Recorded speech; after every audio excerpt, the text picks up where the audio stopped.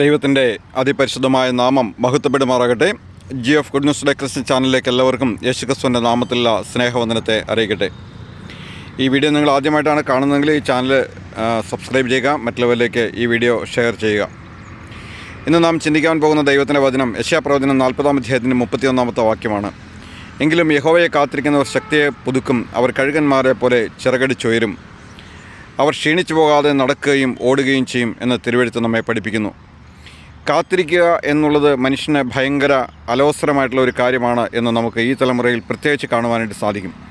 ആരും കാത്തിരിക്കുവാൻ തയ്യാറല്ല. ഒരു സിഗ്നലിൽ വണ്ടി കാത്തു കിടക്കുമ്പോൾ ആ സിഗ്നലിലെ ആ അവസാന നിമിഷം വരെയും വെയിറ്റ് ചെയ്യുക എന്ന് പറയുന്നത് ഭയങ്കര ടെൻഷൻ മാതിരിയാണ്. അത് ആ 30 സെക്കൻഡാണ് അവിടെ വെച്ചിരിക്കുന്നതെങ്കിൽ, അല്ലെങ്കിൽ 60 സെക്കൻഡാണ് അവിടെ ടൈം കൊടുത്തിരിക്കുന്നതെങ്കിൽ, അത് തീർന്ന് ഒരു 5 സെക്കൻഡ് ആകുമ്പോഴേക്കും വണ്ടിയെല്ലാം റേസ് ചെയ്ത് കുതിച്ച് മുന്നോട്ട് പോകാനുള്ള തിടുക്കത്തിൽ മനുഷ്യനായിരിക്കുന്നത് നമുക്ക് കാണുവാനായിട്ട് സാധിക്കും. ഇന്ന് അനേക ഇടങ്ങളിലും അങ്ങനെ തന്നെയാണ്. എന്നാൽ ചില സമയത്ത് നിർബന്ധമായിട്ടും കാത്തിരിക്കേണ്ടതായിട്ട് വരും. ചില റെയിൽവേ സ്റ്റേഷനുകളിൽ ട്രെയിൻ 1 മണിക്കൂർ ലേറ്റ് ആയി കഴിഞ്ഞാൽ അവിടെ കാത്തിരിക്കാതെ വേറെ നിർവാഹങ്ങളൊന്നുമില്ല, കാത്തിരിക്കുക തന്നെ വേണം. ഇതുപോലെ തന്നെ നമ്മുടെ ക്രിസ്തീയ ജീവിതത്തിലും ചില കാത്തിരിപ്പുകൾ നമുക്ക് ആവശ്യമായിട്ട് വരുന്ന ചില സന്ദർഭങ്ങളുണ്ട്. ഒരുപക്ഷെ ഒരു ശുശ്രൂഷയിലായിരിക്കുന്ന ഒരു ദേവദാസൻ തനിക്ക് കൃപാവരങ്ങളെല്ലാം ലഭിച്ചിട്ടുണ്ട്, എന്നാൽ ശുശ്രൂഷയ്ക്കുള്ള ഒരു വാതിൽ തുറന്ന് കിട്ടിയിട്ടില്ല. അദ്ദേഹം കാത്തിരിക്കുന്നത് നമുക്ക് കാണുവാൻ സാധിക്കും. അദ്ദേഹത്തെക്കുറിച്ച് പലരും പല വിമർശനങ്ങളെല്ലാം നടത്തുകയുണ്ടാവും. ഇത് അവന് ലഭിച്ച ശുശ്രൂഷ അവൻ വിനിയോഗിക്കുന്നില്ല, അവൻ ഇറങ്ങിത്തിരിച്ചു, എന്നാൽ അവനൊന്നും സാധിക്കുന്നില്ല. എന്നാൽ അവൻ കാത്തിരിക്കും തോറും ദൈവം അവനിൽ കൂടി പല കാര്യങ്ങളും ചെയ്തുകൊണ്ടിരിക്കുകയാണ്. ചില സന്ദർഭങ്ങളിൽ ഒരു ജോലിക്ക് വേണ്ടി ശ്രമിച്ചിട്ട് അത് ലഭിക്കാതെ വരുമ്പോൾ ആ കാത്തിരിപ്പ് വളരെ നമുക്ക് മുഷിച്ചിലുണ്ടാക്കുന്ന ഒരു കാര്യമാണ്. എന്നാൽ കാത്തിരിക്കും തോറും അതിന്മേൽ വലിയ അത്ഭുതങ്ങൾ നടക്കുവാൻ തക്കവണ്ണം ദൈവവചനങ്ങൾ നമ്മൾ പരിശോധിക്കുമ്പോൾ കാണുവാനായിട്ട് സാധിക്കും. ദൈവം വാഗ്ദത്തങ്ങൾ നൽകിയാൽ പോലും അത് ചിലപ്പോൾ അല്പസമയം നാം കാത്തിരിക്കേണ്ടതായിട്ട് വരും. കാത്തിരിക്കുന്നതിന് മുൻപ് നമ്മുടെ സ്വന്തം ഇഷ്ടപ്രകാരം നാം പോയി ചെയ്തു കൂട്ടുന്ന എല്ലാ കാര്യങ്ങളും നമുക്ക് പരാജയമായി തീരും എന്ന് നമുക്ക് തിരുവെഴുത്തിലൂടെ തന്നെ മനസ്സിലാക്കുവാനായിട്ട് സാധിക്കും. അബ്രഹാമിനോട് ദൈവം പറഞ്ഞു, നിനക്ക് ഒരു മകനെ തരും, നിൻ്റെ ഭാര്യ ഗർഭം ധരിച്ചൊരു മകനെ പ്രസവിക്കുമെന്ന് പറഞ്ഞിട്ട് അബ്രഹാമിനത് വിശ്വസിച്ചു. എങ്കിലും പിന്നീട് തൻ്റെ ഭാര്യയുടെ നിർബന്ധത്തിന് വഴങ്ങി തെറ്റായ വഴികളിലേക്ക് നീങ്ങുകയും ആ കാത്തിരിക്കാതെ വന്നത് നിമിത്തം കുറേ ദുരനുഭവങ്ങൾ തൻ്റെ ജീവിതത്തിൽ നേരിടുകയും ചെയ്യുന്നത് നമുക്ക് കാണുവാൻ സാധിക്കും. എവിടെയും കാത്തിരിപ്പിന് വലിയ പ്രാധാന്യമുണ്ട്. യോസഫിന് ദൈവം ഒരു വാഗ്ദാനം കൊടുത്തു, സ്വപ്നങ്ങൾ കാണിച്ചു കൊടുത്തു, എന്നാൽ അവൻ കാത്തിരിക്കേണ്ടതായിട്ട് വന്നു. കാത്തിരിപ്പിന് ശേഷം അവന് വന്ന ഉയർച്ച വളരെ വലുതായിരുന്നു. എന്നെ കേൾക്കുന്ന പ്രിയ സഹോദര, പ്രിയ സഹോദരി, ഒരുപക്ഷെ നീയും ഇതുപോലെ ഒരു കാര്യത്തിന് വേണ്ടി കാത്തിരിക്കുകയായിരിക്കാം. വാഗ്ദത്തം ലഭിച്ചിട്ടുണ്ട്, പക്ഷേ വാഗ്ദത്തം നടക്കുന്നില്ല. ഏതെങ്കിലും ദേവദാസന്മാർ മുഖാന്തരം പറഞ്ഞിട്ടുണ്ടാകും, ദൈവവചനത്തിലൂടെ ദൈവം നേരിട്ട് സംസാരിച്ചിട്ടുണ്ടാകും, വ്യക്തിപരമായിട്ട് ദൈവം ഇടപെട്ടിട്ടുണ്ടാകും, പക്ഷേ വാഗ്ദാനം നിറവേറപ്പെടുന്നില്ല. നീ കാത്തിരുന്ന് മുഷിഞ്ഞ ഒരു വ്യക്തിയാണോ? എന്നാൽ നീ കാത്തിരിക്കുക, ഒരു ദിവസം ഒരു അത്ഭുതം നടക്കും, ഒരു ദിവസം അതിന് മറുപടി ഉണ്ടാകും. കാരണം നമ്മുടെ ദൈവം വാക്കുമാറാത്ത ഒരു ദൈവമാണ്.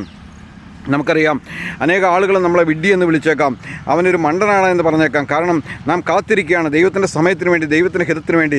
ഇപ്പോൾ ആയിരിക്കുന്ന ഇടത്തു നിന്ന് മാറാതെ, ഇപ്പോൾ ആയിരിക്കുന്ന നിലത്ത് തന്നെ സ്ഥിതിയിൽ തന്നെ തുടരുവാൻ തക്കവണ്ണം ദൈവം നമ്മളോട് പറയുമ്പോൾ, നീ വെയിറ്റ് ചെയ്യുക എന്ന് പറയുമ്പോൾ, നാം ദൈവത്തിൻ്റെ ഇഷ്ടത്തിന് വഴങ്ങി കാത്തിരിക്കുമ്പോൾ നാം വിഡ്ഢിയാണെന്ന് പലരും നമ്മളെക്കുറിച്ച് വിധി എഴുതിയിട്ടുണ്ടാവും. പക്ഷേ മറ്റുള്ളവരുടെ വിധിയെഴുത്തിനൊന്നും നാം മൈൻഡ് ചെയ്യേണ്ട കാര്യമൊന്നുമില്ല. കാരണം ദൈവമാണ് നമ്മോട് പറഞ്ഞിരിക്കുന്നത് കാത്തിരിക്കുക എന്നുള്ളത്. നാം കാത്തിരിക്കുന്നത് നമുക്കൊരിക്കലും നഷ്ടമാവുകയില്ല. കാരണം ദൈവം അത്ഭുതങ്ങളെ ചെയ്യുന്ന ദൈവമാണ്, ദൈവം അതിശയങ്ങളെ ചെയ്യുന്ന ദൈവമാണ്. നമുക്കറിയാം, ഒരു കോഴി കുറച്ച് മുട്ടകൾ ഇട്ടതിന് ശേഷം അതിനെ ആ വീട്ടുടമസ്ഥൻ അതിനെ ഒരു കൂടയിൽ എടുത്തു വെച്ചു.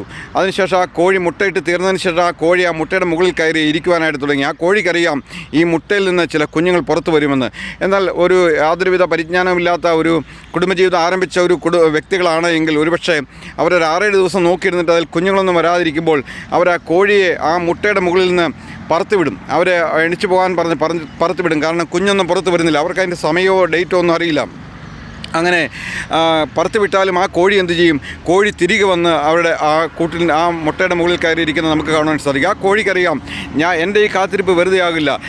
ഞാൻ ഈ മുട്ടയുടെ മുകളിൽ കാത്തിരിക്കും തോറും എന്നിൽ നിന്ന് ഒരു ചൂട് ഈ മുട്ടയിലേക്ക് ഇറങ്ങിക്കൊണ്ടിരിക്കുകയാണ്.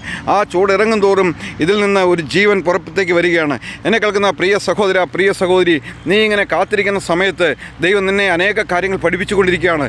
ദൈവവും നീയായിട്ടൊരു നല്ല ബന്ധത്തിലേക്ക് വന്നുകൊണ്ടിരിക്കുകയാണ്. കാരണം നിനക്ക് വരാൻ പോകുന്ന ചില തടസ്സങ്ങളെ മാറ്റുവാൻ ദൈവം ഒരു സമയം വെച്ചിരിക്കുകയാണ്.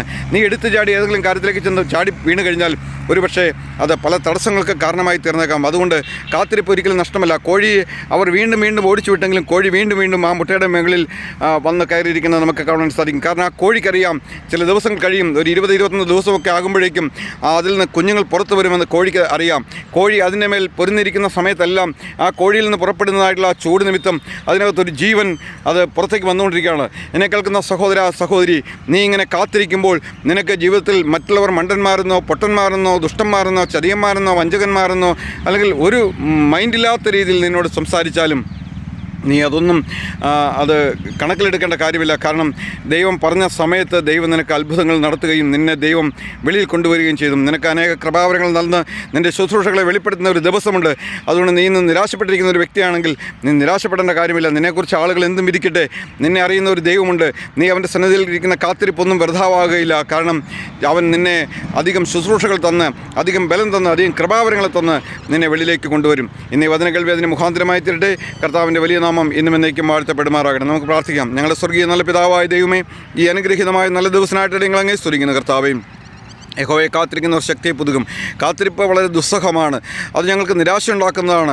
ഞങ്ങളുടെ ജീവിതത്തിലെ വാഗ്ദത്തങ്ങൾ ഞങ്ങൾ പലപ്പോഴും ക്ഷീണിച്ചു പോകുന്നതാണ്. വാഗ്ദത്തങ്ങൾ ലഭിച്ചിട്ടും അത് ലഭിക്കാതെ വരുമ്പോൾ, അത് താമസിക്കുമ്പോൾ ഞങ്ങൾ ക്ഷീണിക്കുന്നവരാണ് കർത്താവ്. എന്നാൽ അങ്ങനെ പറഞ്ഞിട്ടുണ്ട് കർത്താവ്, യഹോവയെ കാത്തിരിക്കുന്നവർ ശക്തിയെ പുതുക്കും, അവർ ക്ഷീണിക്കാതെ നടക്കും, ഓടുകയും ചെയ്യുമെന്ന് പറഞ്ഞിട്ടുണ്ട് കർത്താവ്. ഞങ്ങൾ ക്ഷീണിക്കാതെ നടക്കാനും ഓടുവാനും തക്കവണ്ണം ഞങ്ങളെ സഹായിക്കണമേ.